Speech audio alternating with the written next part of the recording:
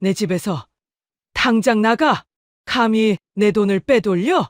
재벌 회장이자 시어머니의 서슬 퍼런 불호령에 횡령범으로 낙인 찍혀 쫓겨난 며느리. 영화의 추위 속 전 재산이라곤 주머니 속 꼬깃꼬깃한 1,000원짜리 한 장뿐이었습니다.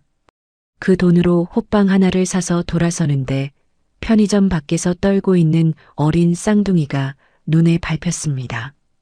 너희도 춥지. 이거라도 먹으렴.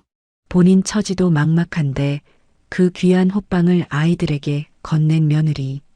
그날의 작은 온기가 15년 뒤 상상도 못할 결과로 돌아왔습니다. 단돈 1,000원의 호빵이 1,000억의 복수로 돌아온 사연이 궁금하시면 구독을 눌러주세요. 2008년 12월 새벽 4시였습니다. 서울 강남구 박씨 그룹본가 응접실에는 차가운 공기만 가득했고 대리석 바닥은 한정원의 맨발에 얼음처럼 차갑게 느껴졌죠. 급하게 끌려 내려온 탓에 슬리퍼조차 신지 못한 채였는데 정원은 소파에 앉은 시어머니 최영희의 차가운 눈빛을 마주해야 했습니다. 62살의 최영희는 샤넬 트위드 재킷을 단정하게 입고 있었고 그녀의 무릎 위에는 서류 봉투 하나가 놓여 있었어요. 이혼 서류야. 여기 도장 찍고 당장 나가. 최영희가 서류 봉투를 정원의 발치에 던졌고 흰 봉투는 바닥에 떨어지면서 둔탁한 소리를 냈습니다. 정원은 고개를 들어 남편 박재현을 봤지만 그는 소파 구석에 앉아 고개를 푹 숙인 채 손톱만 뜯고 있었죠. 35살의 박재현은 3년 전 정원과 결혼하면서 완전히 달라진 사람이었는데 도박과 술로 망가졌던 그들 정원이 일으켜 세웠고 회사 일도 성실하게 하게 만든 사람도 정원이었습니다. 하지만 지금 그는 아내를 보지도 못하고 있었어요. 회장님, 제가 뭘 잘못했는지 말씀해 주세요. 정원의 목소리는 떨렸지만 차분했습니다. 최영희는 코웃음을 쳤고 손에 들고 있던 서류 몇 장을 정원에게 내밀었죠. 회사 돈 12억 횡령한 게 다 드러났어. 내 이름으로 만든 차명 계좌로 빼돌린 증거가 다 있다고. 정원은 서류를 받아들었고 거기에는 자신의 이름이 적힌 계좌 내역이 빼곡했습니다. 하지만 정원은 그 계좌를 만든 적이 없었고 계좌번호조차 처음 보는 것들이었죠. 이건 제가 만든 계좌가 아닙니다. 제 도장도 제 신분증도 사용한 적 없어요. 정원이 항변했지만 최영희의 표정은 더욱 차갑게 굳어졌습니다. 증거도 없는 소리 집어치워. 내 이름, 내 주민번호 다 내 거잖아. 경찰 부르기 전에 조용히 꺼지는 게 너한테도 좋을 거야. 최영희의 목소리에는 협박이 섞여 있었고 정원은 그제야 알았습니다. 이게 계획된 일이었다는 걸요. 정원은 다시 한번 남편을 봤는데 재현은 여전히 고개를 들지 못하고 있었죠. 재현 씨. 정원이 남편의 이름을 불렀지만 그는 대답하지 않았습니다. 3년 전 재현이 도박빚 30억 때문에 자살까지 생각하고 있을 때 정원은 친정 부모님이 살던 집까지 팔아서 그 빚을 갚아줬죠. 부모님이 돌아가신 후 유일하게 남은 집이었는데 정원은 남편을 살리기 위해 그걸 팔았습니다. 재현은 그때 정원의 손을 붙잡고 울면서 말했었죠. 당신 없으면 나 살 수 없어. 평생 당신만 믿고 살게. 하지만 지금 그는 아내를 지키지 못하고 있었어요. 마지막으로 한 번만 말씀드립니다. 저는 횡령하지 않았어요. 오히려 제가 찾아낸 증거가 있는데 정원이 말을 끝까지 하려 했지만 최영희가 손을 휘둘렀고 테이블 위에 찻잔이 바닥에 떨어져 산산조각 났습니다. 증거, 내가 찾아낸 증거, 거지 주제에 감히 우리 집안 일에 참견해? 내가 뭔데 우리 회사 일을 조사하고 다녀? 최영희의 목소리는 응접실을 가득 채웠고 정원의 귀가 멍멍해질 정도였죠. 정원은 그때 깨달았습니다. 자신이 3개월 전에 발견한 횡령의 진짜 범인이 누구인지를요. 회사 재무팀 자료를 정리하다가 우연히 발견한 이상한 자금 흐름, 그리고 그 돈이 흘러간 곳을 추적했을 때 정원은 충격을 받았었죠. 범인은 시동생 박민철이었고 그는 3년 동안 회사 돈을 조금씩 빼돌려 해외 계좌로 송금하고 있었습니다. 정원은 그 증거를 모아서 시어머니에게 보고했었는데 최영희는 그때 이렇게 말했었어요. 알았으니까 조용히 해. 내가 알아서 처리할게. 하지만 최영희는 처리하지 않았습니다. 대신 정원의 이름으로 차명 계좌를 만들고 모든 증거를 정원에게 뒤집어 씌운 거였죠. 정원은 이제야 그 퍼즐이 맞춰졌고 자신이 왜 여기 서 있는지 이해할 수 있었습니다. 민철 씨가 횡령한 거 다 알고 계시잖아요. 제가 찾아낸 증거 보여드렸잖아요. 정원이 말했을 때 최영희의 눈빛이 흔들렸지만 곧 차갑게 돌아왔죠. 증거? 그딴 게 어딨어? 내가 지어낸 거잖아. 민철이는 내 동생 아들이야. 내가 감히 그 애를 모함해? 정원은 무릎이 풀리는 걸 느꼈습니다. 최영희는 처음부터 동생의 아들을 지키려고 정원을 희생양으로 정한 거였죠. 흑수저 출신에 의지할 곳 없는 며느리, 없애기 딱 좋은 존재였던 겁니다. 재현 씨, 당신도 알고 있었어요? 정원이 다시 한번 남편에게 물었고 재현은 그제야 고개를 들었습니다. 그의 눈은 충혈되어 있었고 입술은 바짝 말라 있었죠. 미안해. 재현의 목소리는 모기만큼 작았고 정원은 그 한마디로 모든 걸 이해했습니다. 옷가지라도 챙기고. 정원이 말하려 했지만 최영희가 가로막았습니다. 챙길 것도 없어. 내가 여기서 입었던 옷, 신었던 신발, 쓰던 물건 다 우리 돈으로 산 거야. 가져갈 거 하나도 없다고. 최영희는 경비원에게 손짓을 했고 2명의 경비원이 정원의 양팔을 잡았죠. 정원은 끌려가면서도 재현을 봤는데 그는 고개를 돌려버렸습니다. 3년 동안 함께 살았던 남편, 자신을 위해 모든 걸 바쳤던 남편이 외면하는 모습에 정원의 가슴은 찢어지는 것 같았어요. 대문 밖으로 내쳐진 정원은 얇은 잠옷차림의 맨발이었고 영하 10도의 겨울바람이 온몸을 훑고 지나갔습니다. 12월의 새벽은 뼛속까지 시렸고 정원은 몸을 웅크린 채 근처 편의점을 향해 걸었죠. 발바닥에 자갈이 박혔지만 아픈 줄도 몰랐고 그저 따뜻한 곳에 가고 싶다는 생각뿐이었습니다. 편의점에 도착한 정원은 화장실에서 거울을 봤는데 거기엔 초췌한 얼굴의 32살 여자가 서 있었어요. 정원은 주머니를 뒤졌습니다. 다행히 잠옷 주머니에 지갑이 있었고 지갑을 열었을 때 8,000원이 들어 있었죠. 카드는 이미 정지되었을 게 분명했고 현금 8,000원이 정원이 가진 전부였습니다. 정원은 휴대폰을 꺼냈지만 배터리가 3%밖에 남지 않았고 친구들에게 전화를 걸어봤지만 번호가 다 바뀌어 있었어요. 3년 동안 시댁 눈치 보느라 친구들과 연락을 끊고 살았던 게 후회됐지만 이미 늦었습니다. 정원은 편의점 밖 벤치에 앉았습니다. 새벽 5시가 넘어가고 있었고 하늘은 여전히 어두웠죠. 출근하는 사람들이 하나둘 지나갔지만 아무도 잠옷 차림의 정원을 신경 쓰지 않았고 정원도 그들을 볼 여유가 없었습니다. 손발은 얼어붙었고 이빨은 덜덜 떨렸으며 눈물이 볼을 타고 흘러내렸지만 정원은 닦을 힘도 없었어요. 내가 뭘 잘못한 거지? 정원은 중얼거렸지만 대답해 줄 사람은 아무도 없었습니다. 해가 뜨기 시작했고 정원은 하루를 어떻게 버텨야 할지 막막했습니다. 갈 곳도 없고 의지할 사람도 없으며 돈도 없는 상황에서 정원은 생각했죠. 차라리 이대로 얼어 죽는 게 나을지도 모른다고요. 하지만 정원의 머릿속에는 억울함이 가득했고 그 억울함이 정원을 붙잡고 있었습니다. 나는 아무것도 안 했는데 왜 나만? 정원은 손으로 얼굴을 감싸고 흐느꼈고 새벽에 찬 공기는 정원의 울음소리를 그대로 삼켜버렸습니다. 그렇게 하루가 흘렀습니다.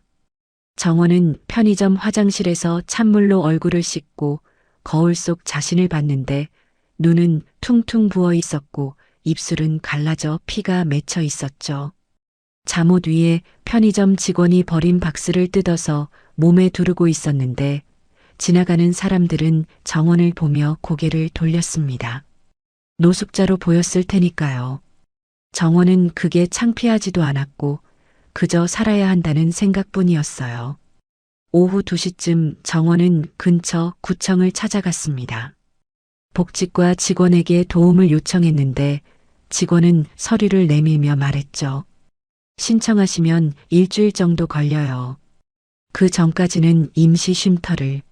하지만 정원은 일주일을 기다릴 수가 없었고 쉼터 주소를 받아들었지만 그곳까지 가려면 지하철을 타야 했습니다.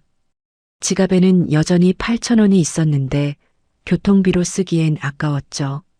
정원은 걸어서 쉼터로 향했고 2시간을 걸어 도착했을 때는 해가 기울고 있었습니다. 쉼터는 이미 10,000원이었습니다.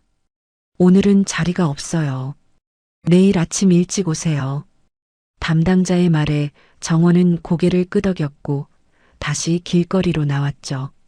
배는 고팠지만 돈을 쓸 수가 없었습니다. 8,000원으로 며칠을 버틸지 알 수 없었고 최대한 아껴야 했어요. 정원은 공원 벤치를 찾아 앉았는데 옆 벤치에는 노숙자 할아버지가 신문지를 덮고 주무시고 있었습니다. 나도 저렇게 되는 건가? 정원은 중얼거렸고 그 생각이 무섭게 느껴졌죠. 저녁 8시가 넘어가자 추위는 더욱 심해졌습니다. 영하 10도를 넘어 영하 12도까지 떨어진다는 일기예보가 들렸고 정원은 몸을 더 웅크렸어요. 박스만으로는 추위를 막을 수 없었고 손발은 감각이 없어졌으며 이대로 있다가는 정말 얼어 죽을 것 같았습니다. 정원은 일어나서 걷기 시작했는데 걷지 않으면 체온이 떨어질 것 같았거든요. 1시간을 걷다 보니 24시 편의점이 보였고 정원은 그곳으로 들어갔습니다. 편의점은 따뜻했습니다. 에어컨 온풍이 나오고 있었고 정원은 음료수 코너 앞에 서서 몸을 녹였죠. 알바 직원은 정원을 힐끗 보더니 다시 휴대폰을 들여다봤고 정원은 그게 고마웠습니다. 쫓아내지 않는 것만으로도 감사했어요. 정원은 진열대 사이를 천천히 걸으며 상품들을 봤는데 라면 1개가 1,200원, 삼각김밥이 1,500원, 컵라면이 1,300원이었습니다. 지갑을 꺼내 다시 확인했을 때 8,000원이 그대로 있었고 정원은 한참을 고민했죠. 뭘 사야 하지? 정원은 중얼거렸고 계산을 해보기 시작했습니다. 라면 1개를 사면 6,800원이 남고 삼각김밥을 사면 6,500원이 남으며 컵라면을 사면 6,700원이 남는다고요. 하지만 정원은 그걸 먹으면 내일은 어떻게 하나 싶었고 더 저렴한 걸 찾기 시작했습니다. 그때 눈에 들어온 게 호빵이었어요. 1,500원짜리 호빵 하나가 찜기 안에 김을 뿜으며 놓여 있었고 정원은 그걸 바라봤습니다. 저거 하나면 오늘 밤은 버틸 수 있겠다. 정원은 호빵 하나를 집어 계산대로 갔습니다. 1,500원입니다.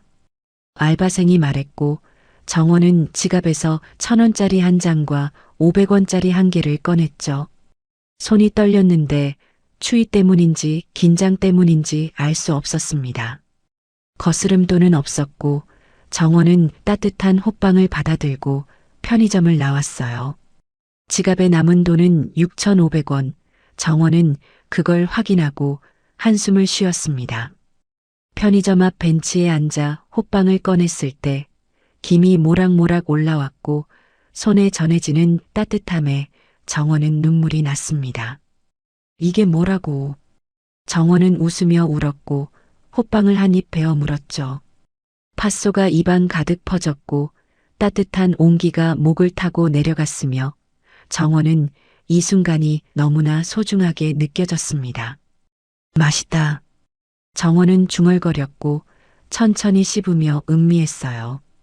빨리 먹으면 금방 없어질 것 같아서 최대한 천천히 먹고 싶었거든요. 반쯤 먹었을 때였습니다. 정원은 길 건너편 어두운 골목에서 무언가 움직이는 걸 봤고 자세히 보니 아이들이었어요. 2명의 아이가 쓰레기통 옆에 옹송그리고 앉아 있었는데 6살쯤 되어 보이는 남자아이와 여자아이였습니다. 쌍둥이처럼 보였고 둘 다 얇은 옷 한 벌만 입고 있었죠. 정원은 호빵 먹던 걸 멈추고 그 아이들을 바라봤는데 아이들도 정원을 보고 있었습니다. 아니, 정확히는 정원이 들고 있는 호빵을 보고 있었어요. 정원은 일어섰습니다. 다리에 힘이 없어 비틀거렸지만 길을 건너 아이들에게 다가갔죠. 가까이서 보니 아이들의 입술은 파래져 있었고 손은 시퍼렇게 얼어 있었으며 온몸이 덜덜 떨리고 있었습니다. 얘들아. 정원이 말을 걸었을 때 남자아이가 고개를 들었고 그 눈빛에는 두려움과 경계가 섞여 있었어요. 부모님은 어디 계셔? 정원이 물었지만 아이들은 대답하지 않았고 여자아이는 오빠 뒤에 숨었습니다. 정원은 쪼그리고 앉아 아이들과 눈높이를 맞췄습니다. 무섭지 않아. 언니야. 정원이 말했을 때 남자아이가 작게 말했죠. 없어요. 그 목소리는 떨리고 있었고 정원은 가슴이 찢어지는 것 같았습니다. 부모님이 안 계시는구나. 그럼 어디서 자려고? 정원이 물었지만 아이들은 대답 대신 고개를 숙였고 여자아이는 작게 말했어요. 배고파. 그 말에 정원은 자신이 들고 있던 호빵을 내려다봤습니다. 반쪽 남은 호빵이었습니다.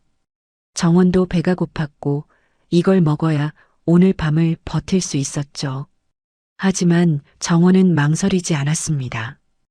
호빵을 반으로 쪼개서 아이들에게 내밀었고 이거 먹어. 따뜻할 거야. 라고 말했어요.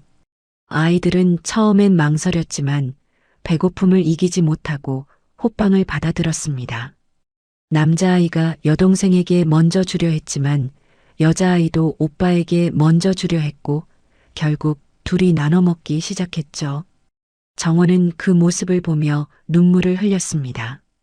자신보다 더 불쌍한 아이들을 보니 자신의 처지가 아무것도 아닌 것처럼 느껴졌고 이 아이들만큼은 자신처럼 살게 할 수 없다는 생각이 들었어요. 너희 이름이 뭐야? 정원이 물었을 때 남자아이가 대답했습니다. 강민준이요. 얘는 제 동생 민서예요. 민준의 목소리는 이제 조금 안정되었고 민서는 호빵을 먹으며 정원을 올려다봤죠.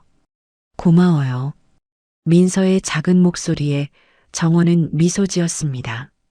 오늘 밤 어디서 자려고 했어? 정원이 물었을 때 민준이 고개를 저었습니다. 몰라요. 그냥 어딘가에서요. 그 대답에 정원은 결심했습니다. 언니 따라올래? 따뜻한 데 가자.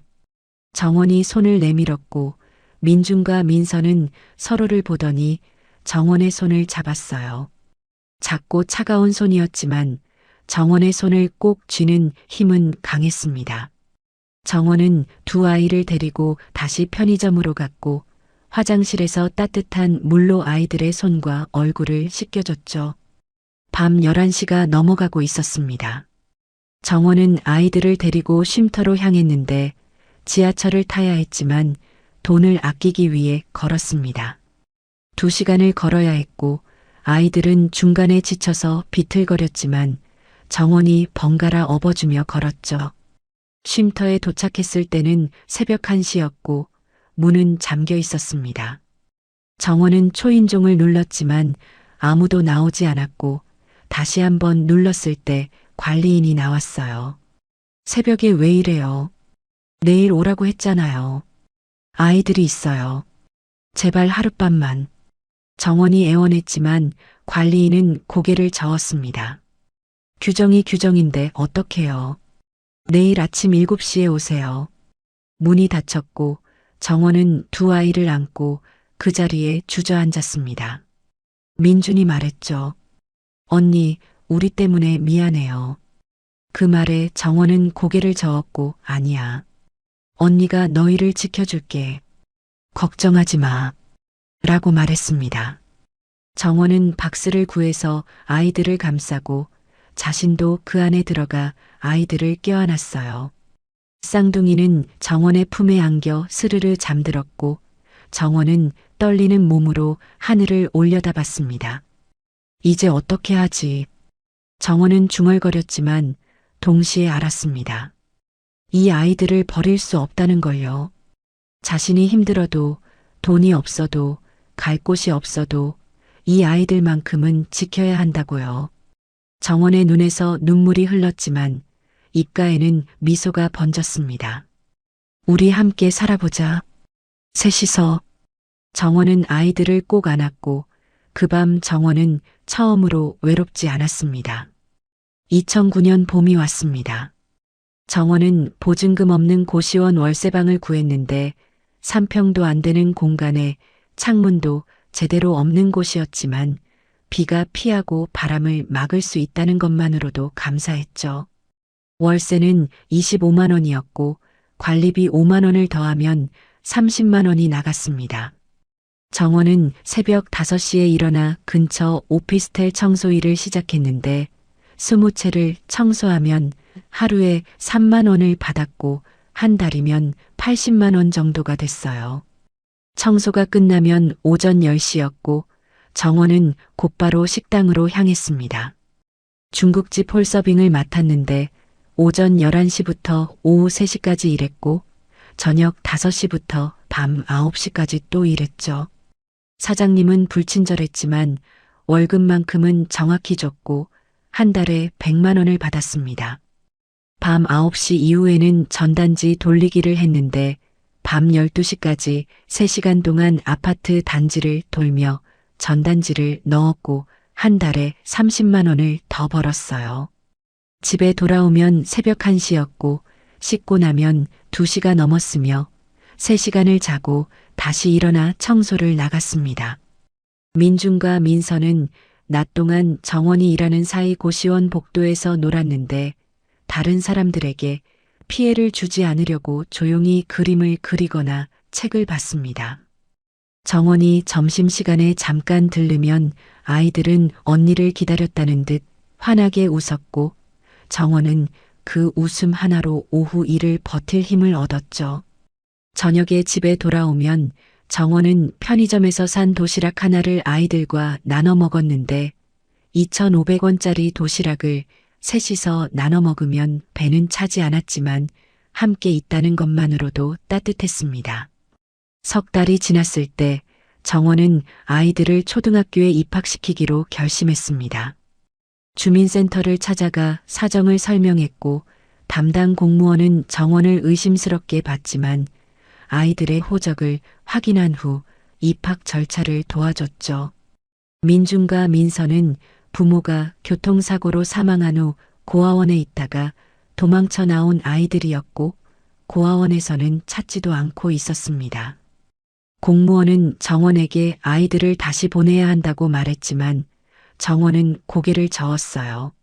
아이들 눈빛에서 고아원으로 돌아가기 싫어하는 게 보였고 정원은 그걸 외면할 수 없었습니다. 입학식 날 정원은 중고 교복을 구해 입혔는데 민준의 교복은 소매가 길었고 민서의 교복은 치마가 짧았지만 아이들은 불평하지 않았습니다. 정원이 싸준 도시락은 계란말이 2조각과 김 몇 장이 전부였지만 민주는 여동생에게 자기 계란말이를 나눠줬고 민서는 오빠에게 김을 더 줬죠. 담임 선생님은 정원을 불러 물었습니다. 아이들 보호자가 누구냐고요? 정원은 대답했어요. 자신이 아이들을 키우고 있다고 법적 보호자는 아니지만 가족이라고요. 선생님은 고개를 끄덕였고 그 이상 묻지 않았습니다. 학교에서 돌아온 민주는 정원에게 말했습니다. 자기가 공부 열심히 해서 나중에 돈 많이 벌겠다고요. 민서도 고개를 끄덕이며 자기도 언니를 위해 최선을 다하겠다고 했죠. 정원은 두 아이를 안으며 눈물을 흘렸는데 이 아이들이 있어서 자신이 버틸 수 있다는 걸 알았고 동시에 이 아이들을 위해서라도 포기할 수 없다는 걸 깨달았습니다. 밤마다 전단지를 돌리며 정원은 생각했어요. 언젠가는 더 나은 삶을 살 수 있을 거라고, 이 아이들이 떳떳하게 살 수 있는 날이 올 거라고요. 1년이 지났습니다. 민주는 학교에서 성적이 1등이었고 민서는 수학 경시대회에서 상을 받았습니다. 담임 선생님은 정원을 불러 말했죠. 아이들이 천재 같다고, 특히 민주는 컴퓨터를 다루는 실력이 또래보다 월등히 뛰어나다고요. 정원은 놀랐지만 동시에 기뻤습니다. 아이들에게 재능이 있다는 게 자랑스러웠고 그 재능을 키워주고 싶었지만 형편이 되지 않았어요. 학원은커녕 참고서 한 권 사줄 여유도 없었고 정원은 그게 미안했습니다. 하지만 민주는 도서관에서 책을 빌려 읽으며 혼자 공부했고 민서는 형이 공부하는 걸 옆에서 보며 따라했습니다. 두 아이는 불평 한마디 없이 자라고 있었고 오히려 정원을 걱정하며 일찍 자라고 말했죠. 어느 날 민주는 고시원 옆방 아저씨의 컴퓨터가 고장났을 때 고쳐줬는데 겨우 8살밖에 안 된 아이가 컴퓨터 내부를 뜯어서 수리하는 모습에 아저씨는 놀랐습니다. 정원도 놀랐지만 민주는 그게 당연하다는 듯 웃으며 말했어요. 인터넷에서 배웠다고요. 3년이 흘렀습니다. 민준과 민서는 초등학교 4학년이 되었고 정원은 여전히 새벽부터 밤까지 일했습니다. 손은 거칠어졌고 얼굴에는 주름이 생겼으며 허리는 자주 아팠지만 정원은 아픈 내색을 하지 않았어요. 아이들 앞에서는 항상 웃었고 힘들다는 말은 절대 하지 않았습니다. 민준과 민서는 그런 언니를 보며 자랐고 두 아이는 언젠가 언니에게 보답하겠다고 다짐했죠. 중학교에 입학할 때 민주는 전액 장학생으로 선발되었고 민서도 성적 우수 장학금을 받았습니다.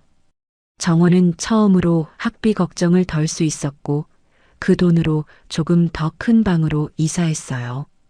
여전히 고시원이었지만 이번엔 창문이 있는 방이었고 햇빛이 들어오는 게 너무 좋았습니다. 민주는 중학교에서도 1등을 놓치지 않았고 컴퓨터 동아리에서 활동하며 실력을 키웠죠. 민서는 수학과 경제에 관심이 많았고 도서관에서 경제학 책을 빌려 읽으며 독학했습니다. 고등학교에 들어간 민주는 전국 코딩 대회에서 금상을 받았고 민서는 경제 논술 대회에서 대상을 탔습니다. 정원은 시상식에 참석했을 때 눈물을 흘렸는데 자신이 제대로 해준 게 없는데도 이렇게 훌륭하게 자라준 아이들이 고마웠고 자랑스러웠어요. 민준과 민서는 상금으로 받은 돈을 정원에게 주며 말했습니다. 언니가 쓰라고요. 하지만 정원은 그 돈을 아이들 통장에 넣어줬고 나중에 대학 갈 때 쓰라고 말했죠. 10년이 흘렀습니다. 민준과 민서는 고등학교 3학년이 되었고 둘 다 명문대 합격 통지를 받았습니다. 전액 장학금이었고 기숙사도 제공됐죠. 정원은 기뻤지만 동시에 쓸쓸했습니다. 이제 아이들이 자신의 곁을 떠날 거라는 생각에 가슴이 먹먹했지만 아이들의 미래를 위해서는 보내야 한다는 걸 알았어요. 민주는 컴퓨터공학과에, 민서는 경영학과에 입학했고 둘 다 학교에서 우수한 성적을 유지하며 장학금을 계속 받았습니다. 대학교 3학년이 된 민준과 민서는 주말마다 정원을 찾아왔는데 올 때마다 용돈을 드리려고 했지만 정원은 받지 않았습니다. 아이들이 번 돈은 아이들 것이라고 자신은 괜찮다고 말했죠. 하지만 민준과 민서는 알고 있었습니다. 언니가 여전히 새벽 청소를 하고 있고 식당에서 일하고 있으며 허리 통증으로 밤마다 잠을 설친다는 거리요.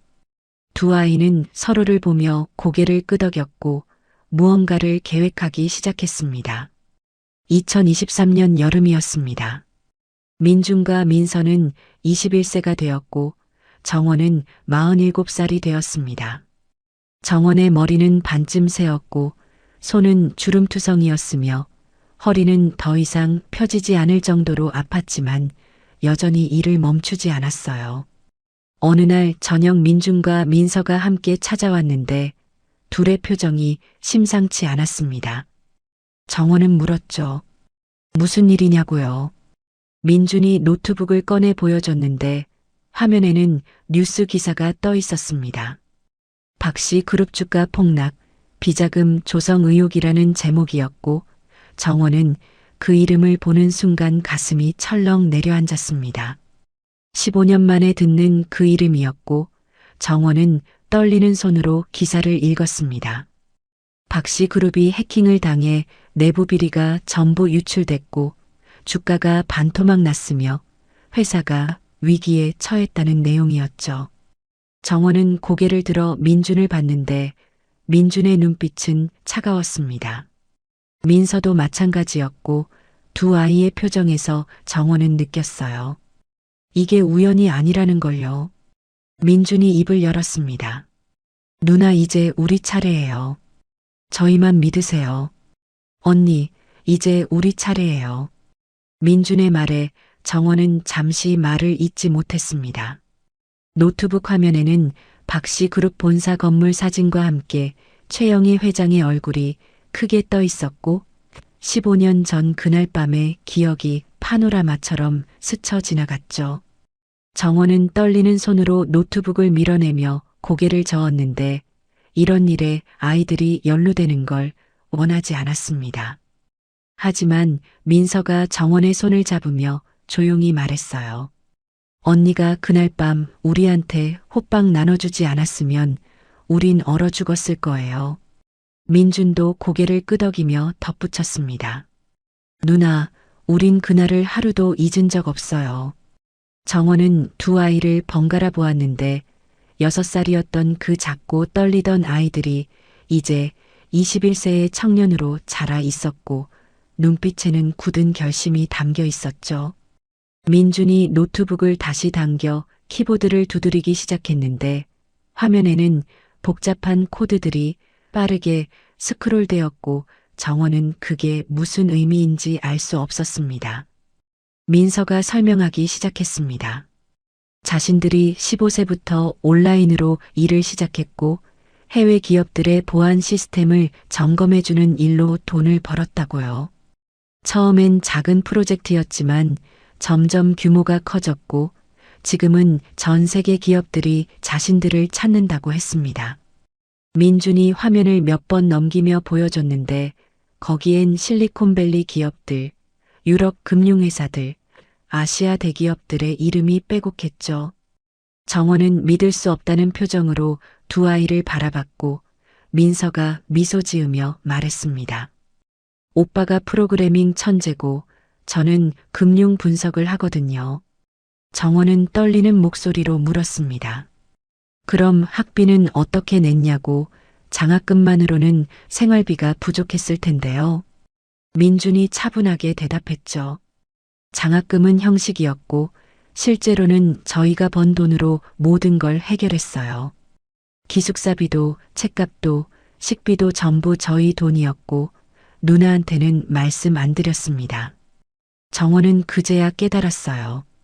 아이들이 주말마다 찾아올 때 가져온 과일과 반찬들, 생일 때마다 선물해준 옷과 신발들이 모두 아이들이 번 돈으로 산 거였다는 거요. 민서가 자신의 가방에서 통장 하나를 꺼냈습니다.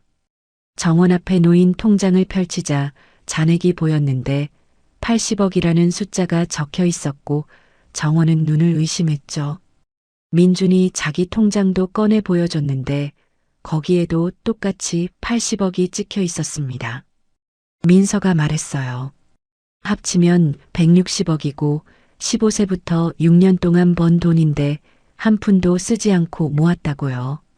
정원은 입을 다물지 못했고 왜 이런 돈이 있으면서 자신한테 말하지 않았냐고 물었습니다. 민준이 정원의 눈을 똑바로 보며 대답했습니다.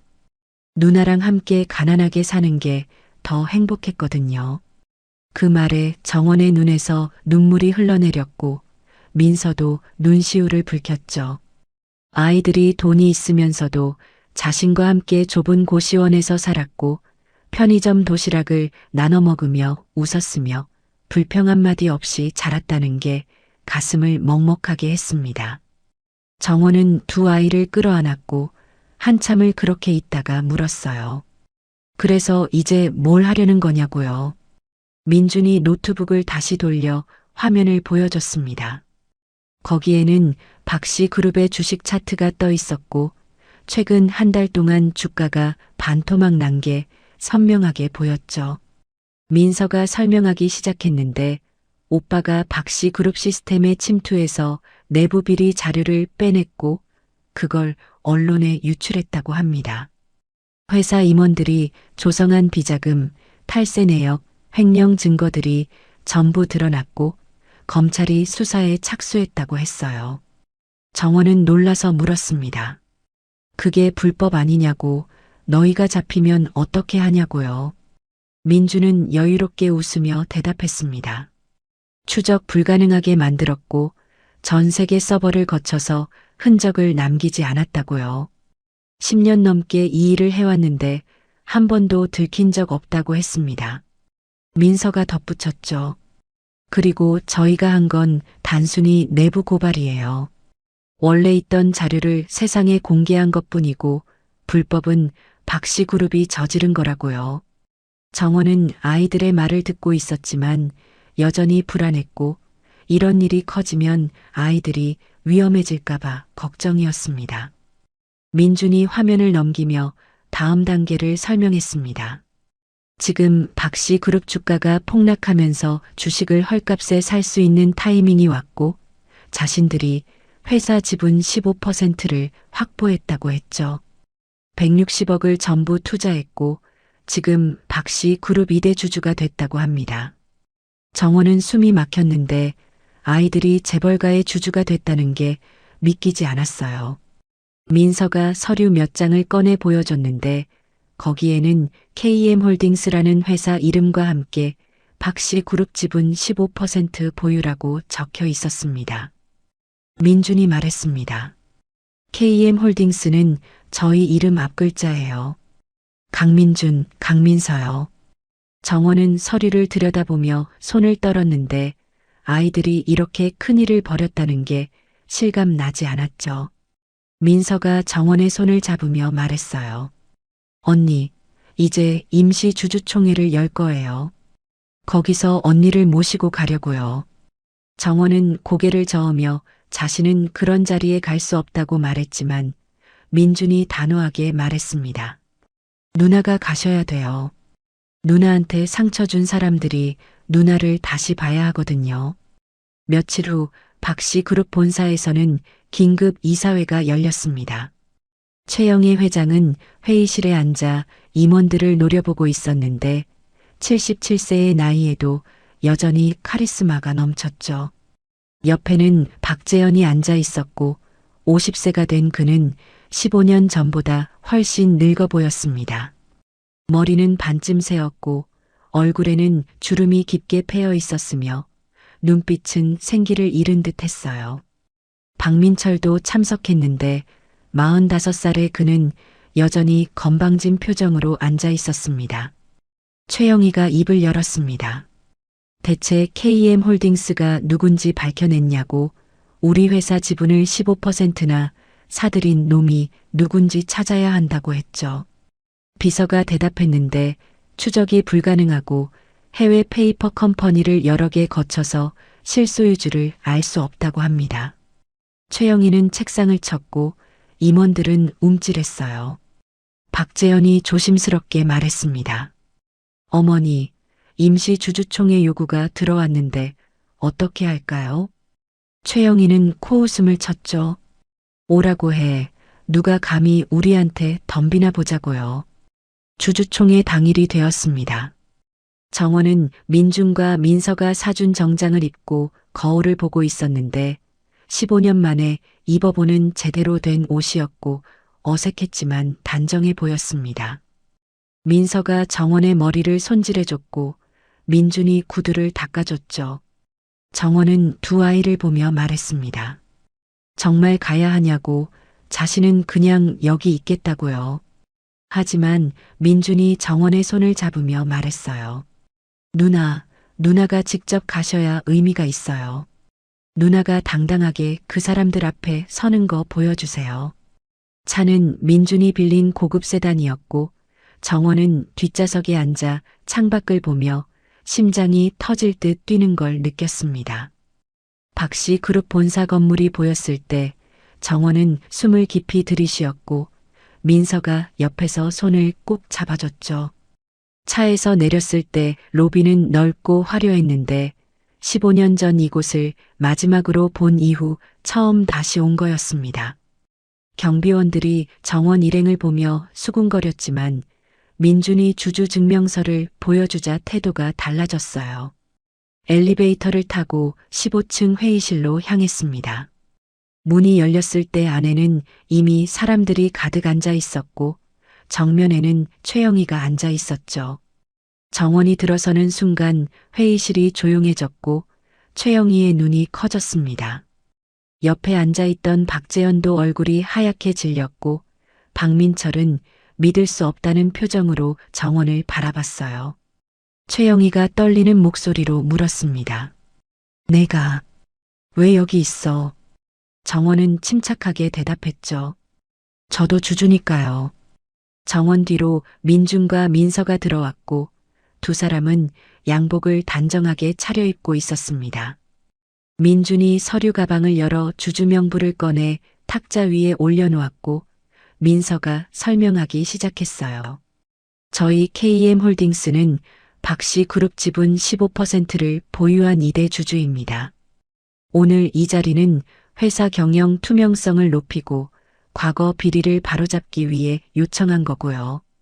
최영희는 믿을 수 없다는 듯 민준과 민서를 번갈아 봤고 그제야 깨달은 듯 물었습니다. 너희가 KM홀딩스야? 민준이 고개를 끄덕였습니다. 네, 저희가 실소유주고 한정원 씨는 저희 대리인으로 오늘 이 자리에 참석하셨습니다. 박재현이 떨리는 목소리로 말했어요. 정원아, 이게 대체 무슨... 하지만 정원은 그를 쳐다보지도 않았고 최영희를 똑바로 바라보며 입을 열었습니다. 15년 전 회장님께서 저한테 하신 말씀 기억하세요. 거지 주제에 감히 우리 집안에 들어왔다고 하셨죠. 회의실은 정적에 휩싸였고 정원의 목소리만이 울려 퍼졌습니다. 오늘 그 거지가 회장님 앞에 주주로 서 있습니다. 회의실의 공기가 얼어붙었습니다. 최영희는 정원을 똑바로 쳐다보고 있었는데 15년 전 그날 밤 빈손으로 내쫓았던 며느리가 이제 자신의 회사 2대 주주로 앞에 서 있다는 사실이 믿기지 않았죠. 박재현은 고개를 숙인 채 손을 떨고 있었고 박민철은 얼굴이 새하얗게 질려서 민준과 민서를 번갈아 보고 있었습니다.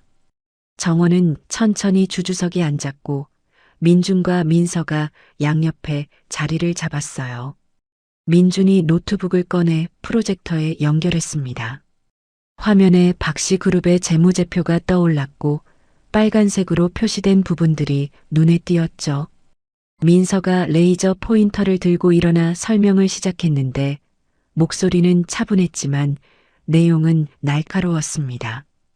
지난 10년간 회사 자금 중 200억 원이 용도 불명으로 빠져나갔고 그 돈이 흘러간 곳을 추적한 결과 해외 페이퍼 컴퍼니 3곳을 거쳐 개인 계좌로 들어갔다고 했어요. 임원들은 술렁이기 시작했고 최영희는 입술을 깨물며 민서를 노려봤습니다. 민준이 다음 화면을 띄웠습니다. 거기에는 계좌 거래 내역이 상세하게 나와 있었는데 날짜와 금액, 수취인까지 모두 기록되어 있었죠. 정원은 그 화면을 보며 숨을 죽였는데 15년 전 자신이 발견했던 바로 그 자료들이었고 당시 최영희에게 보고했다가 묵살당했던 증거들이었습니다. 민준이 말했어요. 이 자금을 빼돌린 사람은 박민철 이사입니다.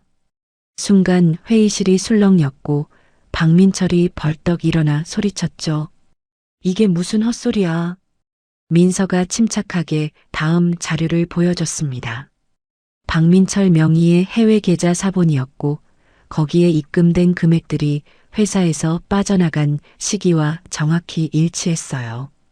게다가 그 돈으로 구입한 부동산 목록까지 첨부되어 있었는데 샌프란시스코 펜트하우스, 싱가포르 콘도, 도쿄 오피스텔이 모두 박민철 명의로 되어 있었습니다.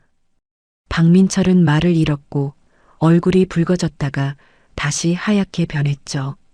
최영희는 조카를 보며 입을 열었지만 아무 말도 나오지 않았고 손만 부들부들 떨고 있었습니다. 정원이 천천히 일어났습니다. 회의실의 모든 시선이 정원에게 쏠렸고 정원은 최영희를 똑바로 바라보며 입을 열었어요. 15년 전 제가 이 자료를 회장님께 보고했을 때 회장님은 조용히 하라고 하셨죠. 최영희의 눈빛이 흔들렸고 정원은 계속 말을 이었습니다. 그리고 일주일 후 저는 횡령범으로 몰려서 쫓겨났고 제 이름으로 만들어진 차명 계좌에 모든 죄가 뒤집어 씌워졌습니다. 회의실은 다시 술렁이기 시작했고 임원들은 서로 눈치를 보며 수군거렸어요. 민준이 다음 화면을 띄웠는데 거기에는 15년 전 만들어진 차명계좌 개설 기록이 나와 있었습니다. 서명 필적 감정 결과도 함께 첨부되어 있었는데 한정원이라는 서명을 한 사람은 정원이 아니라 박민철이었다는 감정서가 선명하게 보였죠. 민서가 말했습니다. 박민철 이사는 형수님 신분증을 몰래 복사해서 차명계좌를 만들었고 자신이 횡령한 증거를 모두 그 계좌로 위장했습니다. 박민철은 의자에 주저앉았고 최영희는 눈을 감았어요. 정원은 박재현을 바라봤습니다. 15년 만에 마주하는 전 남편은 완전히 다른 사람이 되어 있었는데 눈빛에는 생기가 없었고 어깨는 축 처져 있었으며 입술은 바짝 말라 있었죠. 정원이 조용히 물었습니다. 당신도 알고 있었나요? 박재현은 고개를 들지 못했고 한참 후에야 작게 대답했어요. 미안해. 그 한마디에 정원은 웃음이 나왔는데 15년을 기다린 사과치고는 너무 가벼웠고 그 미안하다는 말 한마디로 자신이 겪은 모든 고통이 사라지는 건 아니었으니까요. 민서가 다음 자료를 펼쳤습니다. 이번에는 박재현의 과거 기록이었는데 결혼 전 도박 빚이 30억에 달했고 자살 시도까지 했다는 병원 기록이 나와 있었죠. 그리고 그 빚을 갚아준 사람이 한정원이라는 증거도 함께 있었습니다. 정원이 친정 부모님의 집을 팔아서 만든 30억 원이 박재현의 채권자들에게 입금된 기록, 그 모든 게 날짜와 함께 정확히 기록되어 있었어요. 임원들은 숨죽이며 화면을 바라봤고 누군가 작게 한숨을 내쉬었습니다. 민준이 말했습니다. 한정원 씨는 부모님이 돌아가신 후 유일하게 남은 재산을 전부 팔아서 박재현 회장을 살렸습니다. 그 덕분에 박재현 회장은 자살하지 않고 살 수 있었고 정신을 차려서 회사 일도 제대로 하게 됐죠. 민서가 덧붙였어요. 결혼 후 3년 동안 박재현 회장의 경영 실적은 회사 역사상 최고였고 그건 모두 한정원 씨가 옆에서 내조한 덕분이었습니다. 박재현은 고개를 숙인 채 어깨를 떨고 있었고 최영희는 입술을 깨물며 아무 말도 하지 못했어요. 정원이 다시 입을 열었습니다. 저는 3년 동안 최선을 다했습니다. 남편을 사랑했고 이 집안의 며느리로서 부끄럽지 않게 살려고 노력했죠.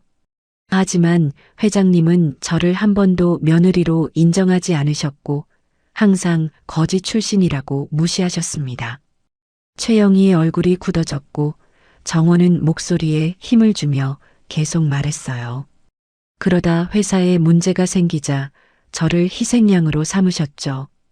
흑수저 출신이라 의지할 곳도 없고 법적으로 대응할 능력도 없을 거라고 판단하셨을 겁니다. 민준이 마지막 화면을 띄웠습니다.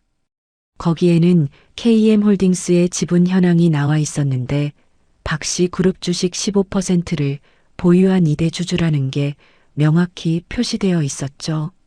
민서가 말했습니다. 오늘부터 한정원 씨를 이사로 선임할 것을 요구합니다. 그리고 15년 전의 일에 대해 공식적인 사과를 받겠습니다. 최영희는 자리에서 일어나려 했지만 다리에 힘이 풀려 다시 주저앉았고 옆에 있던 비서가 부축했어요.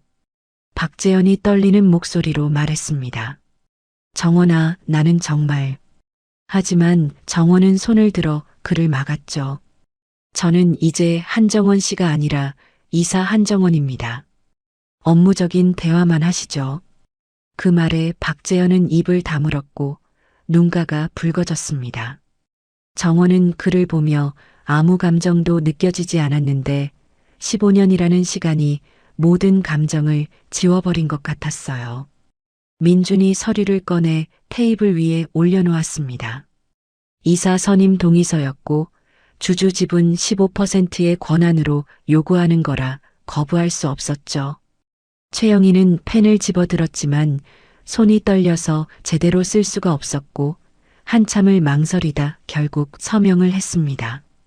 종이 위에 최영희라는 이름이 삐뚤빼뚤하게 적혔고 그 순간 정원은 15년 만에 처음으로 숨을 제대로 쉴 수 있는 것 같았어요. 회의가 끝나고 정원은 민준, 민서와 함께 회의실을 나왔습니다. 복도를 걸으며 정원은 두 아이를 보았는데 6살에 떨고 있던 그 작은 아이들이 이제 자신을 지켜주는 든든한 사람들이 되어 있었죠.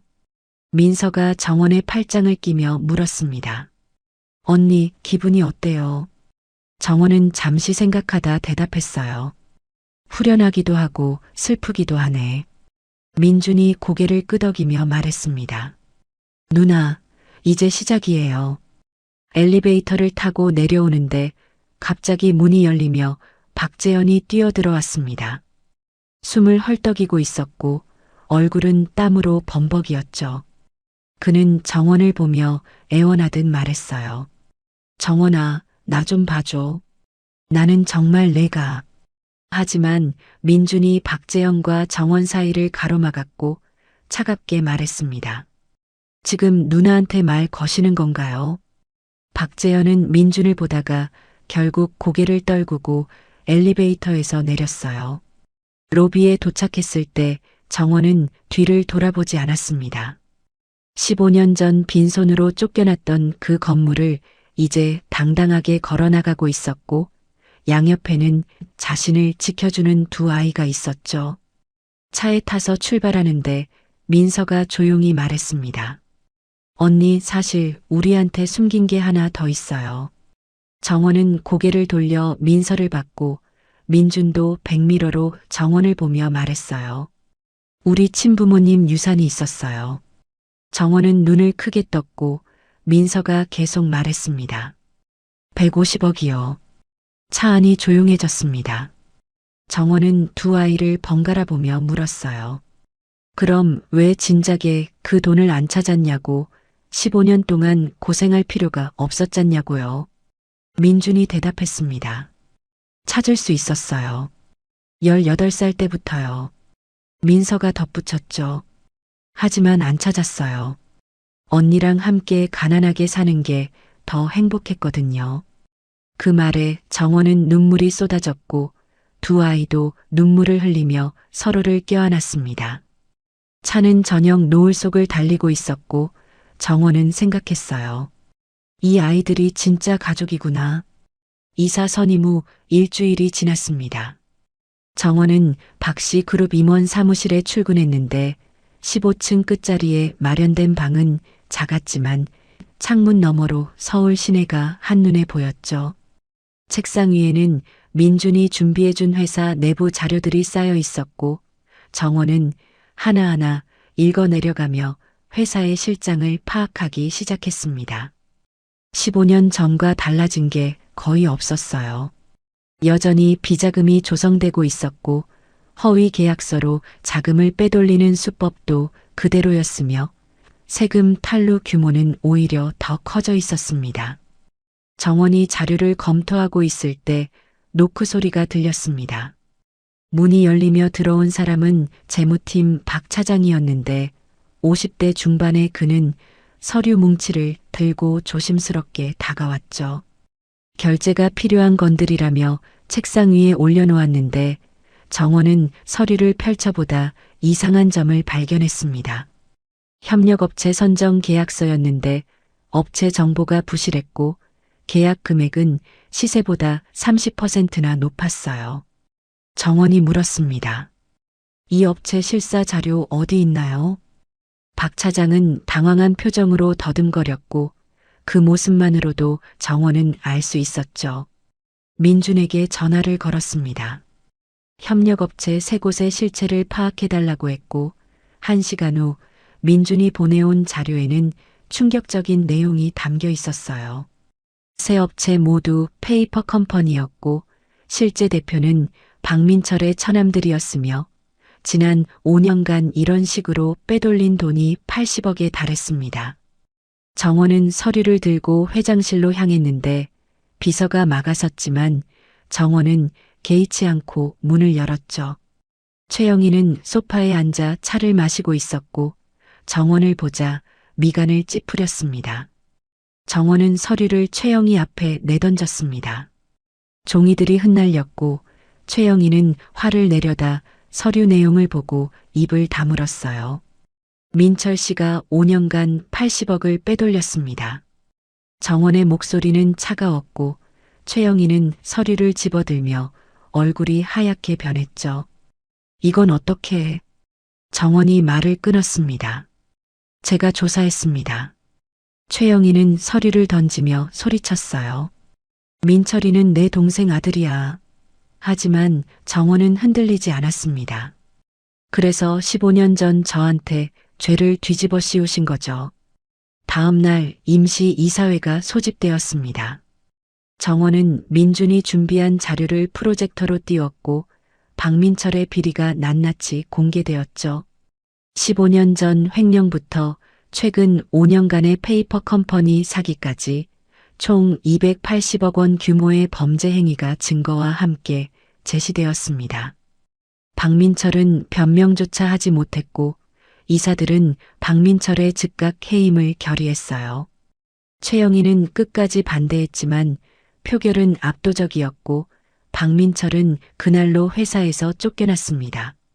일주일 후 검찰이 박씨 그룹을 압수수색했습니다. 민준이 익명으로 제보한 자료들이 검찰에 전달됐고 수사가 시작된 거였죠. 회사는 발칵 뒤집혔고 임원들은 자료를 숨기기 바빴으며 최영희는 변호사들을 불러 대책회의를 열었습니다. 하지만 민준이 확보한 증거들은 완벽했고 숨길 방법이 없었어요. 박민철은 구속되었고 최영희도 조사 대상에 올랐으며 회사 주가는 연일 하한가를 기록했습니다.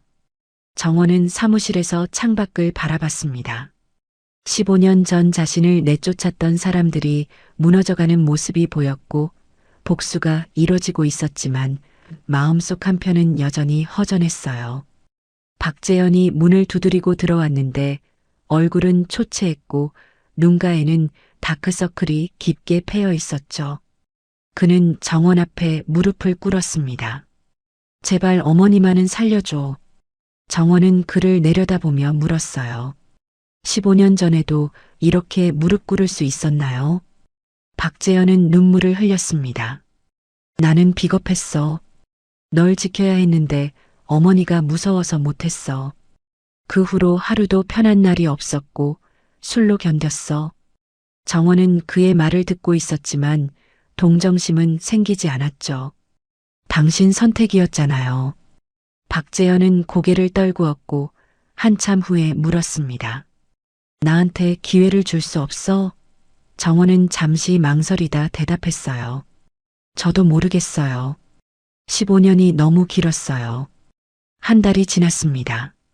검찰 수사 결과 박민철은 횡령과 배임으로 징역 7년을 선고받았고 최영희는 방조 혐의로 집행유예를 받았어요. 회사는 경영난에 빠졌고 주가는 반토막이 났으며 직원들은 불안에 떨었습니다. 정원은 긴급 경영회의를 소집했고 구조조정안을 내놓았죠. 비리 연루 임원들을 전부 교체하고 투명 경영 시스템을 도입하며 하청업체와의 불공정 계약을 개선하겠다는 내용이었습니다. 이사들은 반발했습니다. 너무 급진적이라고 회사가 버티지 못할 거라고 했지만 정원은 물러서지 않았어요. 민서가 재무 분석 자료를 제시하며 설명했습니다.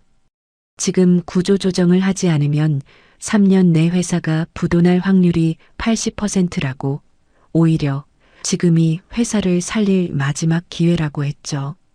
표결 결과 정원의 안이 통과되었고 대대적인 개혁이 시작되었습니다. 반년이 흘렀습니다. 정원의 개혁은 성과를 내기 시작했고 회사 실적이 조금씩 회복되었으며 주가도 오르기 시작했어요. 직원들은 처음엔 불안해했지만 점차 정원을 믿기 시작했고 업계에서도 박씨그룹의 변화를 주목했습니다. 정원은 바쁜 날들을 보내며 회사를 정상 궤도에 올려놓았지만 밤마다 혼자 사무실에 남아 서류를 검토하다 보면 문득 외로움이 밀려왔어요. 어느 날 저녁 박재현이 다시 찾아왔습니다. 술 냄새가 나지 않았고 정장은 단정했으며 눈빛에는 예전에 없던 진지함이 담겨 있었죠. 그는 정원에게 서류 한 장을 내밀었는데 알코올 중독 치료 완료 확인서였습니다. 6개월간 재활센터에 있었고 이제 술을 완전히 끊었다고 했어요. 정원은 서류를 받아들며 글을 봤는데 박재현은 조심스럽게 물었습니다. 회사 일 도와줄 수 있을까?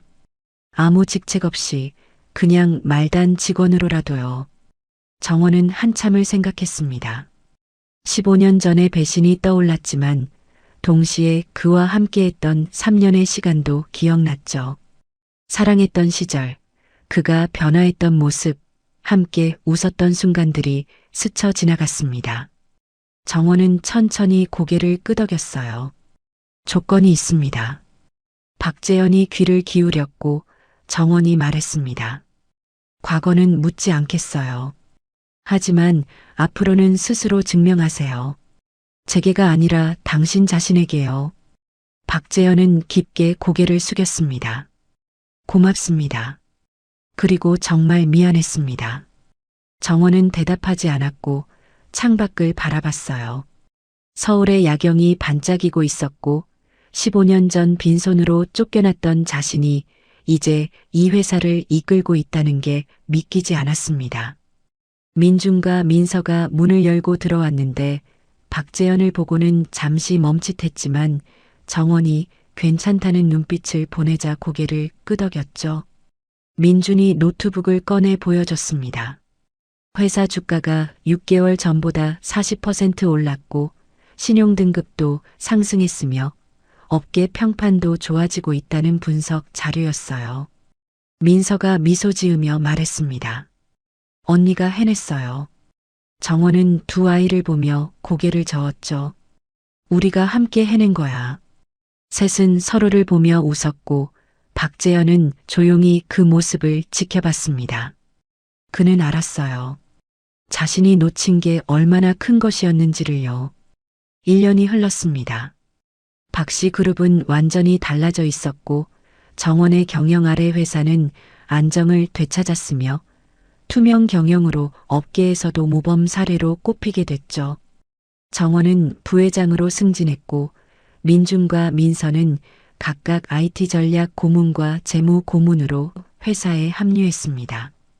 박재현은 약속대로 평직원으로 일하며 조용히 자신의 자리를 찾아가고 있었어요. 어느 가을 저녁이었습니다. 정원은 사무실에서 오래된 회사 문서를 정리하고 있었는데 먼지 쌓인 상자 속에서 낯선 파일 하나를 발견했죠. 18년 전 날짜가 찍힌 감사보고서였고 정원이 입사하기도 전의 자료였습니다. 호기심에 펼쳐본 정원은 그만 숨이 멎는 줄 알았어요. 거기에는 최영희와 박민철의 숙부, 그러니까 최영희의 친오빠가 회사 자금 100억을 횡령한 기록이 적혀 있었고 그 돈으로 해외 투자를 했다가 실패에 전액 날렸다는 내용이 담겨 있었습니다. 정원은 손이 떨렸습니다. 최영희의 오빠가 회사를 망칠 뻔했고 그 사실을 은폐하기 위해 회계장부를 조작했으며 감사보고서를 폐기 처리했다는 기록까지 있었죠. 하지만 이 한 부만 실수로 남아 있었던 겁니다. 정원은 더 깊이 파고들었고 그날 밤 민준을 불러 함께 조사하기 시작했어요. 민준이 회사 서버 깊숙한 곳을 뒤지자 삭제됐어야 할 파일들이 복구되기 시작했고 거기에는 충격적인 진실이 숨어 있었습니다. 최영희의 오빠는 횡령 사실이 드러나자 자살했습니다. 20년 전 일이었고 최영희는 오빠의 명예를 지키기 위해 모든 증거를 인멸했으며 그 죄를 다른 사람에게 뒤집어 씌우려 했죠. 당시 표적이 된 사람은 재무팀장이었는데 그는 결백을 주장하다 결국 해고당했고 1년 후 심장마비로 사망했습니다. 민준이 찾아낸 자료에는 그 재무팀장의 이름이 강현수라고 적혀 있었어요. 정원은 그 이름을 보는 순간 온몸이 얼어붙었습니다. 민준과 민서에게 물었죠. 너희 아버지 성함이 어떻게 되니? 민준이 대답했습니다. 강현수요. 왜요, 누나? 정원은 서류를 내려놓으며 눈을 감았는데 퍼즐 조각들이 맞춰지기 시작했어요. 민준과 민서의 아버지가 최영희 때문에 억울하게 죽었고 그 아이들이 고아가 되어 거리를 떠돌다 자신을 만난 겁니다. 운명이라고 하기엔 너무나 잔인한 인연이었죠. 민서가 정원의 표정을 보고 물었습니다. 언니, 무슨 일이에요? 정원은 한참을 망설이다 서류를 두 아이에게 건넸고 민준과 민서는 내용을 읽어내려가며 얼굴이 굳어졌어요. 민서의 손이 떨렸고 민준은 입술을 깨물며 화면을 응시했습니다. 한참 후 민준이 조용히 말했죠. 아버지가 억울하게 돌아가신 거였구나. 민서는 눈물을 흘렸고 정원은 두 아이를 끌어안았습니다. 다음 날 정원은 최영희를 찾아갔습니다. 최영희는 집에서 요양 중이었는데 1년 사이 많이 늙어 있었고 지팡이에 의지에 걷고 있었죠. 정원이 서류를 내밀자 최영희는 잠시 보더니 고개를 돌렸습니다. 옛날 일을 왜 들춰내? 정원이 차갑게 대답했어요. 민준이와 민서, 그 아이들 아버지가 강현수 씨입니다. 최영희의 얼굴이 하얗게 변했고 지팡이를 떨어뜨렸죠. 최영희는 소파에 주저앉았습니다. 그 아이들이 강현수이. 정원은 고개를 끄덕였고 최영희는 얼굴을 손으로 감쌌어요. 한참 후 최영희가 떨리는 목소리로 말했습니다. 오빠가 회사를 망칠 뻔했어. 나는 회사를 지켜야 했고 오빠의 명예도 지켜야 했어. 강현수는 미안했지만 어쩔 수 없었어. 정원은 차가운 눈으로 최영희를 바라봤죠. 그래서 죄 없는 사람을 희생시키셨군요. 저한테 하신 것처럼요. 최영희는 눈물을 흘렸습니다. 이른이 넘은 노인의 눈물이었지만 정원의 마음은 움직이지 않았어요. 그 사람은 억울함을 호소하다 죽었고 남겨진 아이들은 고아원을 떠나 거리를 헤맸으며 추운 겨울밤 얼어 죽을 뻔했습니다. 최영희는 고개를 숙였고 한참을 그렇게 있다가 물었죠. 그 아이들이 알고 있어? 정원이 대답했습니다. 어제 알려줬습니다. 최영희는 일어서려 했지만 다리에 힘이 없어 다시 주저앉았습니다. 정원은 그를 부축하지 않았고 냉정하게 말했어요. 회장님은 평생 잘못된 선택을 하셨습니다. 가족을 지키려다 다른 가족을 파괴했고 체면을 지키려다 사람을 죽였으며 회사를 지키려다 회사를 병들게 했죠. 최영희는 반박하지 못했고 정원은 돌아서서 집을 나왔습니다.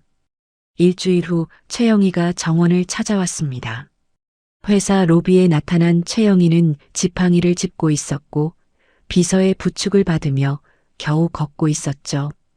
직원들이 수군거렸지만 최영희는 개의치 않고 정원의 사무실로 향했습니다.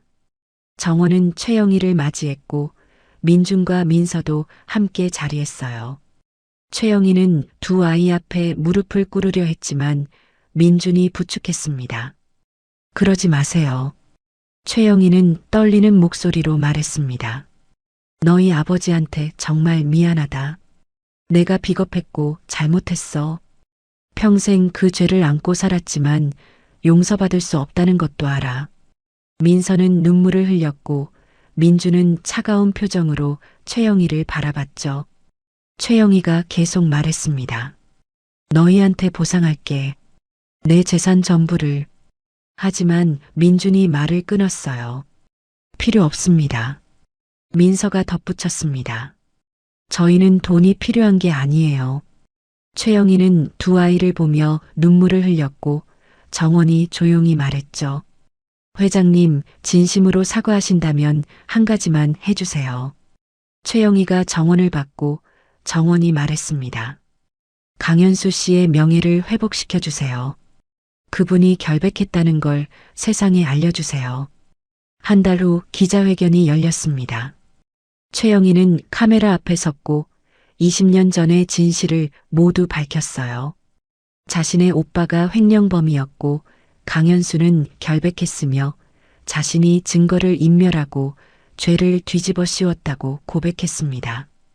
기자들은 플래시를 터뜨렸고 최영희는 고개를 숙인 채 사과했죠. 강현수의 유족들에게 용서를 구한다고 평생 속죄하며 살겠다고 말했습니다. 방송은 전국에 타올랐고 여론은 들끓었습니다. 재벌가의 비리가 또다시 드러났고 사람들은 분노했지만 동시에 최영희의 용기를 인정하기도 했어요. 강현수의 명예는 회복되었고 그의 묘소 앞에는 추모꽃다발이 쌓였습니다.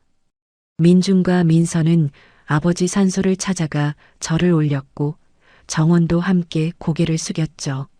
민준이 아버지 사진을 보며 말했습니다. 아버지, 이제 편히 쉬세요. 그날 저녁 셋은 처음 만났던 편의점 앞 벤치에 앉았습니다. 16년 전 그날처럼 호빵을 사서 나눠 먹었고 따뜻한 김이 피어올랐어요. 민서가 말했습니다. 언니, 그날 호빵 나눠주지 않았으면 우린 어떻게 됐을까요? 정원은 웃으며 대답했죠. 나도 너희 덕분에 다시 일어설 수 있었어.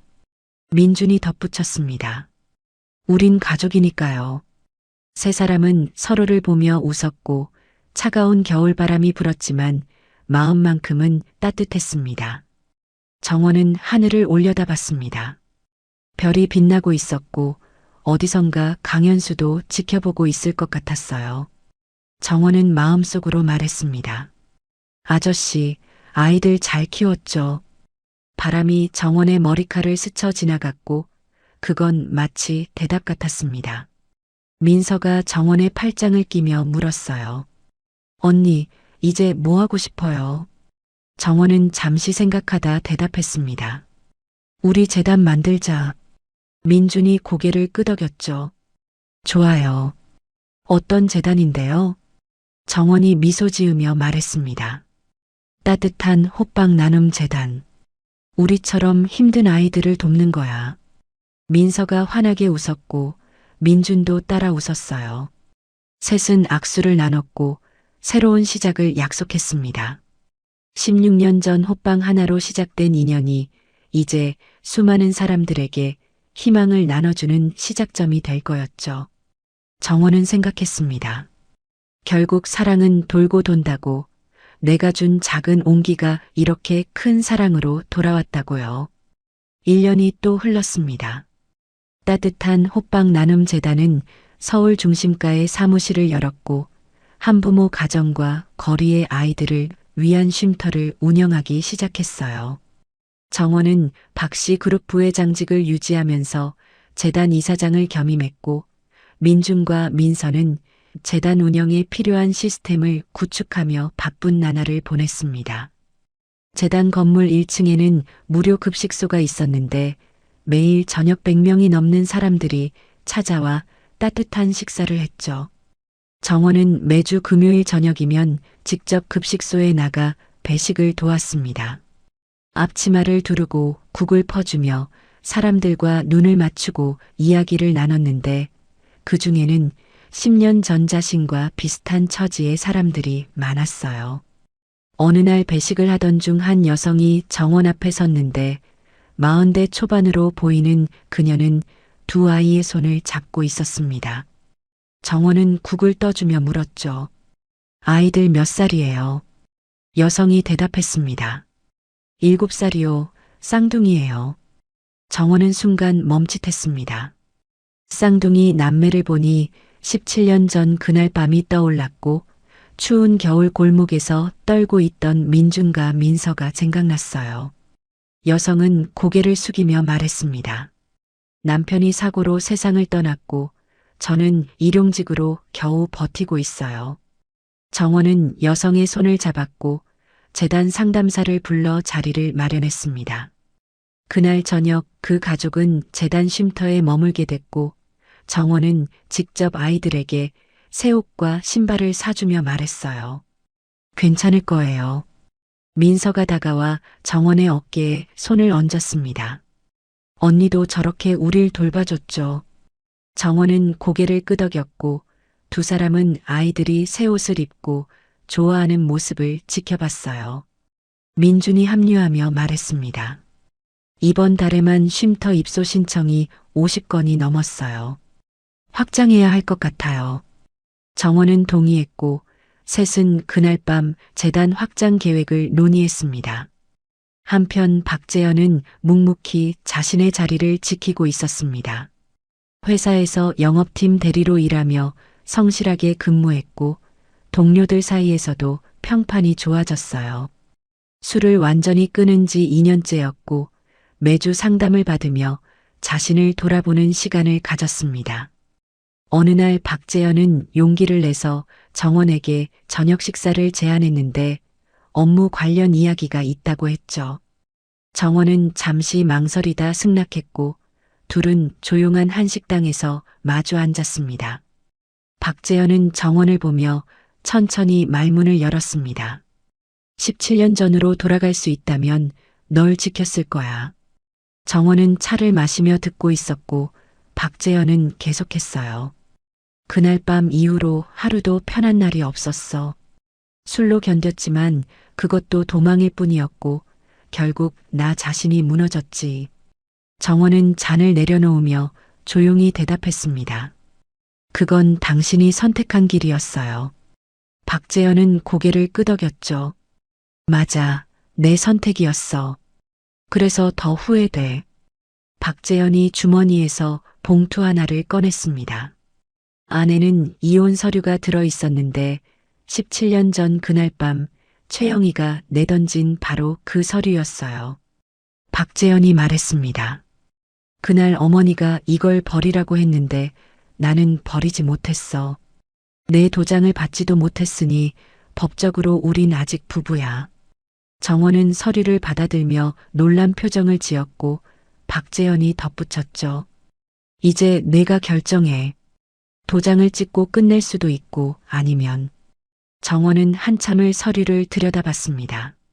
17년이라는 시간이 흘렀고 그 사이 너무 많은 일들이 있었죠.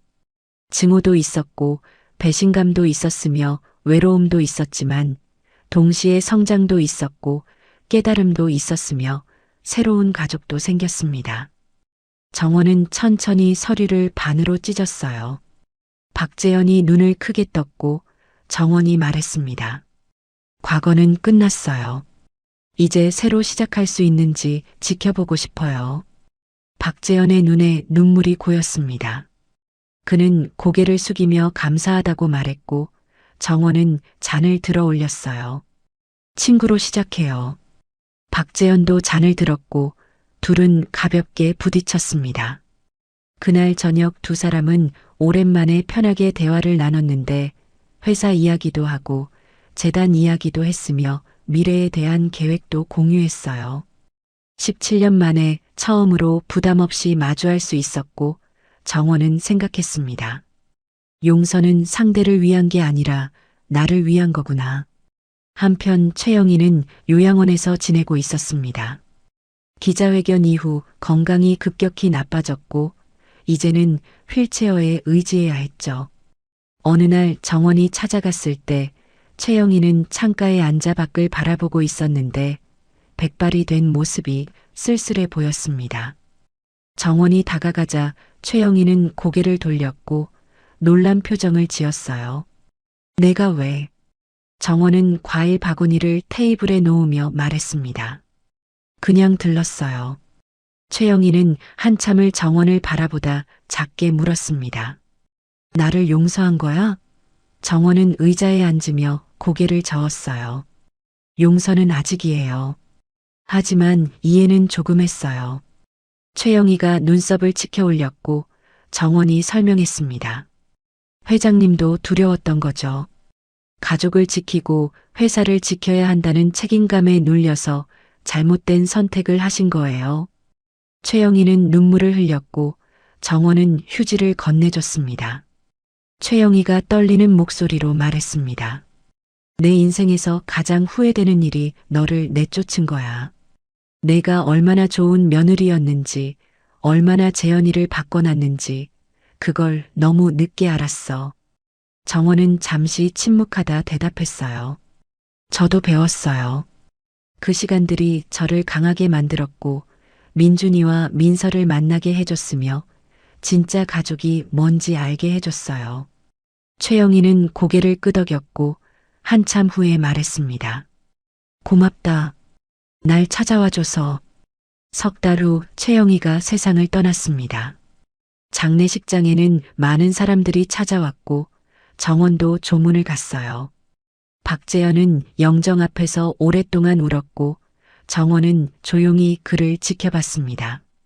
장례를 치르고 난 후 박재현은 정원에게 말했어요. 어머니가 유언을 남기셨어. 재단에 전 재산을 기부하라고 하셨어. 정원은 놀랐고 박재현이 봉투를 건넸습니다. 안에는 300억 원 상당의 재산 기부 동의서가 들어 있었죠. 정원은 민준, 민서와 함께 재단 이사회를 열었습니다. 300억이라는 큰 금액을 어떻게 사용할지 논의했고 전국에 10개의 쉼터를 추가로 열기로 결정했어요. 또한 장학 사업도 확대해서 어려운 환경의 아이들이 대학까지 갈 수 있도록 지원하기로 했습니다. 민서가 말했습니다. 우리처럼요. 정원은 고개를 끄덕였죠. 그래, 너희처럼 재능 있는 아이들이 환경 때문에 포기하지 않도록 돕는 거야. 2년이 더 흘렀습니다. 재단은 이제 전국적으로 알려진 기관이 되었고 1000명이 넘는 아이들과 가족들을 돕고 있었어요. 정원은 52살이 되었지만 여전히 매일 재단에 출근했고 민준과 민서는 각각 30살이 되어 재단의 핵심 인력으로 활동했습니다. 박재현도 재단 일을 돕기 시작했고 회사 일과 병행하며 조용히 속죄의 시간을 보냈죠.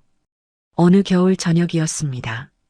정원은 민준, 민서와 함께 19년 전 처음 만났던 그 편의점 앞 벤치에 앉았어요. 세 사람은 호빵을 하나씩 들고 김이 피어오르는 걸 바라봤고 민준이 먼저 입을 열었습니다. 누나, 그날 이후로 제 인생이 완전히 바뀌었어요. 민서도 고개를 끄덕이며 말했죠. 호빵 반쪽이 우리한테는 전부였어요. 정원은 두 사람을 보며 미소 지었습니다. 나도 너희 덕분에 다시 살 수 있었어. 민준이 가방에서 액자 하나를 꺼냈습니다. 거기에는 19년 전 이 벤치에서 찍은 사진이 들어 있었는데 정원이 두 아이를 안고 있는 모습이었어요. 누군가 지나가다 찍어준 사진이었고 민준이 그걸 간직하고 있었던 겁니다. 민서가 말했습니다. 이게 우리 가족 사진이에요. 정원은 액자를 받아들고 눈물을 흘렸고 세 사람은 서로를 껴안았어요. 박재현이 멀리서 그 모습을 지켜보고 있었습니다. 그는 미소 지으며 고개를 끄덕였고 조용히 자리를 떠났죠. 자신이 끼어들 자리가 아니라는 걸 알았고 그들의 행복을 지켜보는 것만으로도 충분했습니다. 언젠가는 자신도 그 가족의 일부가 될 수 있을지 모르지만 아직은 아니라는 걸 받아들였어요. 다음 날 재단에서는 새로운 쉼터 개관식이 열렸습니다. 리본을 자르며 정원은 마이크 앞에 섰고 모인 사람들을 바라보며 말했어요. 19년 전 저는 모든 걸 잃고 거리에 나앉았습니다. 추운 겨울밤 호빵 하나가 전부였죠. 하지만 그 호빵을 나눌 수 있는 사람이 있었고 그 작은 선택이 제 인생을 바꿨습니다. 청중들은 조용히 듣고 있었고 정원은 계속했어요. 가족은 피로 맺어지는 게 아니라 마음으로 맺어지는 겁니다. 서로를 아끼고 힘들 때 손을 잡아주고 작은 것이라도 나눌 수 있는 사람들, 그게 진짜 가족이에요. 민준과 민서가 무대로 올라와 정원의 양옆에 섰고 세 사람은 손을 맞잡았습니다. 정원이 마지막으로 말했어요. 이 재단을 통해 더 많은 사람들이 가족을 만나고 따뜻함을 나누고 희망을 찾을 수 있기를 바랍니다. 박수가 터져 나왔고 사람들은 일어서서 환호했어요. 행사가 끝나고 저녁이 되었습니다. 정원은 재단 옥상에 올라가 서울의 야경을 바라봤는데 19년 전 빈손으로 쫓겨났던 그 거리들이 이제는 다르게 보였어요. 민서가 옆에 와서 섰고 조용히 물었습니다. 언니 행복해요? 정원은 고개를 끄덕이며 대답했죠. 응, 정말 행복해. 민준도 합류했고 세 사람은 나란히 서서 하늘을 올려다봤습니다. 별들이 반짝이고 있었고 정원은 생각했어요. 인생은 돌고 돈다고 내가 준 작은 온기가 이렇게 큰 사랑으로 돌아왔다고. 어둠 속에서도 빛을 찾을 수 있고 절망 속에서도 희망을 발견할 수 있으며 혼자라고 생각했을 때 가족이 생긴다고요. 민서가 정원의 손을 잡았고 민준도 다른 손을 잡았습니다. 세 사람은 그렇게 서서 밤하늘을 바라봤고 바람이 부드럽게 불어왔어요. 정원은 마음속으로 말했습니다. 고마워. 그날 밤 내 앞에 나타나줘서. 민준과 민서도 마음속으로 대답했죠. 고마워요. 누나, 우리를 포기하지 않아줘서. 세 사람의 그림자는 하나로 이어져 있었고 그 모습은 마치 처음부터 가족이었던 것처럼 자연스러웠습니다. 호빵 하나로 시작된 기적은 이렇게 완성되었고 앞으로도 계속될 거였어요. 따뜻함을 나누는 한, 기적은 끝나지 않으니까요. 오늘의 이야기는 여기까지입니다. 추위가 이제 거의 끝나갑니다. 더 따스한 영상들도 여러분들께 인사드리겠습니다. 1초 만에 하실 수 있는 좋아요와 댓글로 화이팅 부탁드립니다. 감사합니다.